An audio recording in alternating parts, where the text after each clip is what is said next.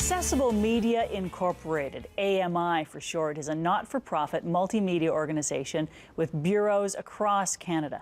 Their Toronto head office is located just down the street from our Rogers TV studio at Don Mills Road and Lawrence Avenue East. And as we find out in this next feature, AMI is a leader in the use of described video. Have a look. Always accessible, always described. This is AMI TV.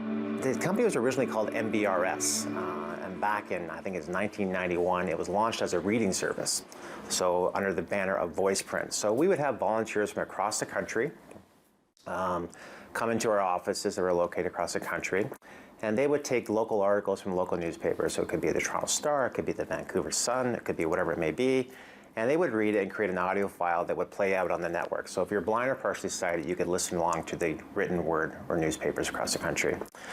6 years ago, we launched the English version of AMI TV, and that was the first television network in the world who offered open description all the time as targeted to the blind and partially sighted.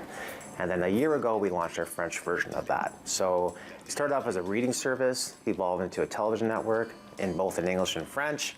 And we have a website that's totally accessible. We're looking into getting mobile apps and things like that. But the concept is that people who are blind or partially sighted want to consume media like any other consumer does, on their time, on their platform, on their device. And it's going to be running both on TV and audio. Okay. Yeah. Right. We are what's called a 91H channel, and we have mandatory carriage, which means we're carried on all cable systems and satellite providers across Canada. We're also going to be on the new Skinny Basic package that's coming in March. Having said that, although we have access into many homes, probably 10 million on the TV side and about 6 million on the audio side, that's based on what the basic digital packages that people subscribe to. We do not necessarily get 5 or 10 million listeners for the shows. We're always in the top 25 of on the TV side with the 81 digital specialty channels, and that's for our dramas and our comedies and Blue Jays baseball. It's a mix of really three kind of strands of programming on AMI. So on the television services, for instance, you have content that we acquire from other broadcasters and we make accessible by adding descriptions. So programs like Downton Abbey or Coronation Street or Murdoch Mysteries is content that we will acquire for our network, and we will add the description track to it. So that's one strand of content that we have. Another is we do some live event programming as well. So one of our big programs is Blue Jays baseball. So every year we do between 13 and 16 Blue Jays baseball games, and we add live description to the Blue Jays baseball game. Or we'll do Canada Day, or we'll do big events that the country celebrates for live programming. So that's really the acquired side of things. And then we create our own content internally. So content is relevant to the consumer that we serve, the blind and partially sighted. So we'll create our own in-house production. We have a show called AMI This Week, where we actually have people from the community, our reporters in Vancouver, all of our bureaus across the country. And they go out and they cover stories from the blind and partially sighted person's perspective. And we bring all that footage in on a weekly basis, and we create a show called AMI This Week. So I got here to Halifax, and it's just hands down the friendliest place I've ever been in my life.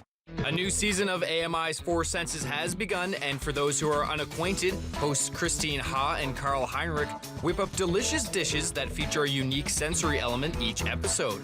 And then we outsource a lot of third-party productions. We have a show called Four Senses, which is a cooking show where the lead chef is a blind person by the name of Christine Ha.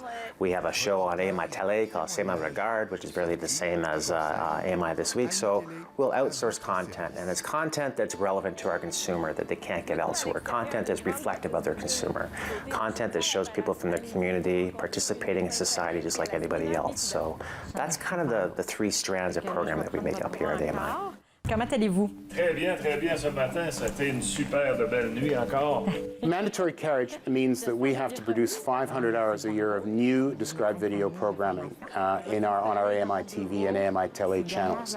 Basically what is done is, so we acquire a show like Murdoch Mysteries, and we will have a producer who will initially look at that show and write a script for that show, which has all the DV opportunities in it. So that's the gentleman walks across the room and picks up a glass of water. So the stage directions are described. Law & Order SVU, F03209-087, described version. Then it will be voiced by a team of professional announcers, so we essentially match voices to the type of show it is. It could be a female, it could be a male, it could be somebody with a British accent.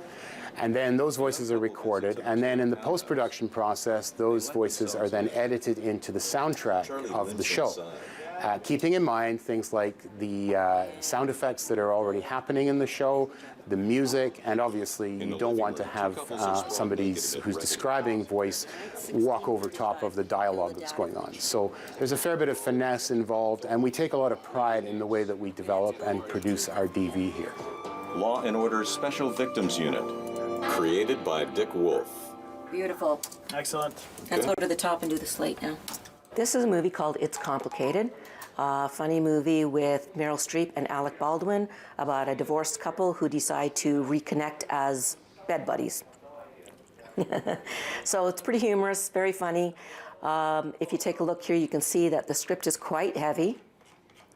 That's all the visuals that are going on within the actual movie, things that are not clear through dialogue, through sound effects, through music, but would stop somebody from being able to follow along with the plot because they can't see it.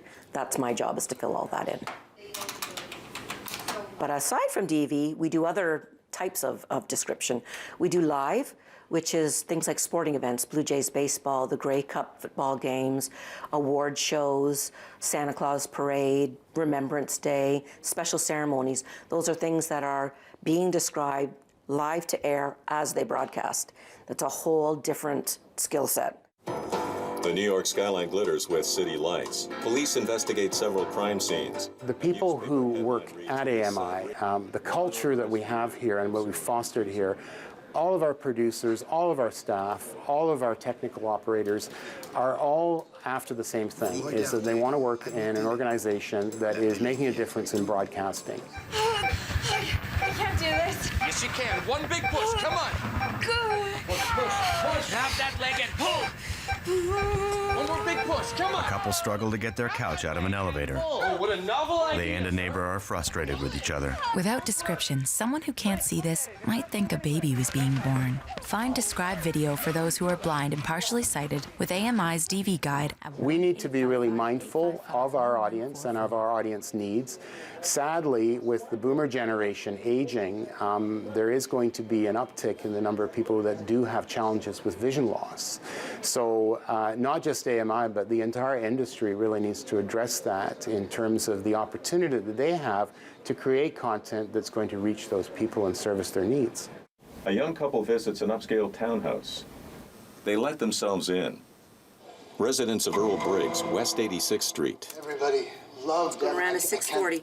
I think what we need to do is show people by doing it, right? Lead by example. Dewthorne points to crime scene photos. To be fair to other broadcasters, money is tight, and there are ways of making broadcasting accessible that AMI can show. And we have our described video teams with CBC, with Rogers, showing them how to create better DV. And I think these are the ways that our values can start to penetrate the rest of the system and make media accessible for everyone. Right on. On Rogers Cable, AMI TV is available on channel 888, and AMI Audio is broadcast on channel 196. We'll be right back with Toronto artist Anthony Ricciardi, who stops by with his amazing artwork.